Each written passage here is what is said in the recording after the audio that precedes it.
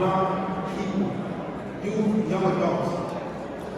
And I call him Mayor EA, just like EA Sports, because he's the best in the game. And no other mayor is in the field like Mayor Eric Adams. All right? So let's get the show going. Mayor Eric Adams, you can come out right now.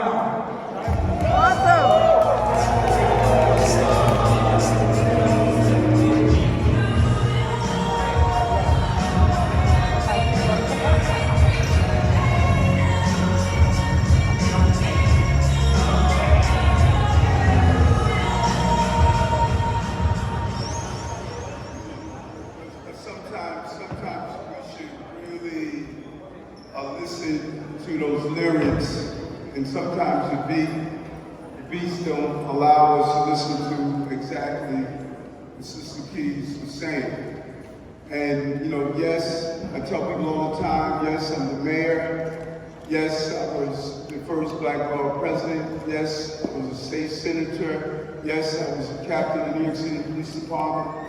But that's my glory. That's not my story. My story is growing up being dyslexic and bullied and laughed at in school, and watching, when I walk in the classroom, seeing the sign, dumb student on the back of the chair. My story was discovering later that I had a learning disability and received the resources I deserved. My story is being arrested at 15 years old and watching my mother come to the 103rd precinct and watching police officers laugh at her clothing, laugh at the scars on her knees, not realizing when you're raising 4 boys in South Jamaica, Queens, you're on your knees many days praying. My story is being rejected.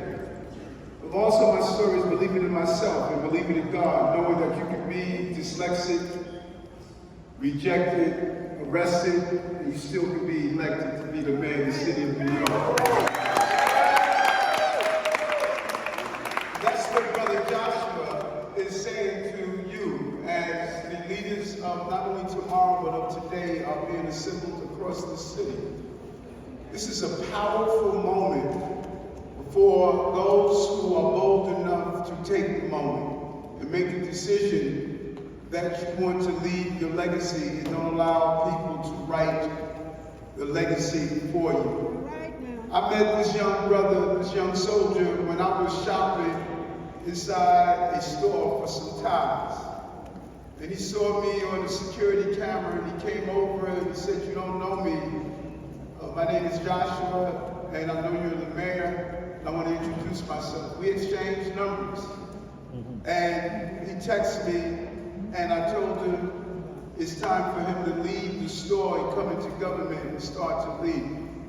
And that's not unique in my interaction with young people. The New York Post wrote a story about a young lady who was protesting at a school, and she did a walkout, and she texted me.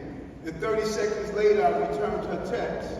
I told her she needs to get her butt back to school, but at the same time, I heard what she had to say about the protest.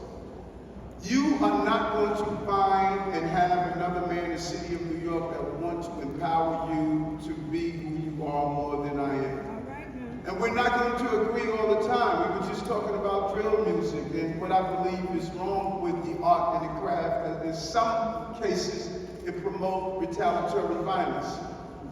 We're not going to agree on dress code, on sounds, on food. We're not going to agree, but we don't have to agree.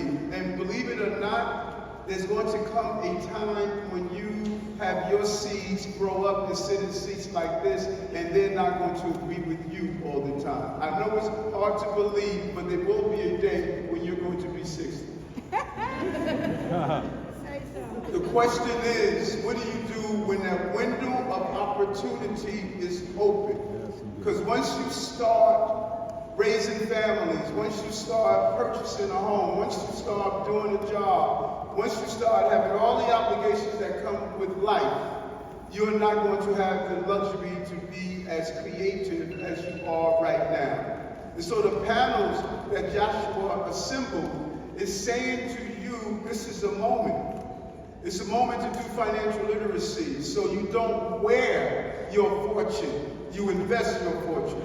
This is a moment to look at real estate and say, I want to own and not just to rent. This is a moment to look at the influencers that are on social media and figure out how you turn it into an occupation. This is a moment not to be a consumer, but to be a producer.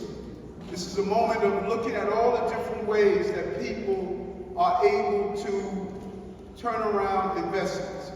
And so there's semblance of individuals that Joshua put together. I spoke with some of them behind the stage. And if I would have had those pearls of knowledge and wisdom when I was growing up, I would be so far ahead of where I am right now. But he's giving you that information right now. I cannot thank him enough. Tiffany, who's here as well, and others who are part of the young future leaders of tomorrow, who are business-centered, business-minded, and want to give you the tools to succeed. We have to become competitive. As I crisscross the globe and watch the young people across the globe that are looking at you and seeing all that you offer, but they're benefiting from what you create. It's time for us to produce the product and not allow others to benefit from it. This is our moment. And I'm clear on the direction of that moment. And our pathway is not always easy. I say over and over again, along the journey you're going to have haters, but all of my haters are now my waiters when I sit down at the table of success. They must acknowledge that I'm here. No matter how they feel, no matter how they think, no matter how they want to critique me, the reality is extremely clear. I am the 110th mayor of the city of New York. The most powerful city on the globe is occupied by a man of color that understands his power. I'm the mayor. Thank you very much.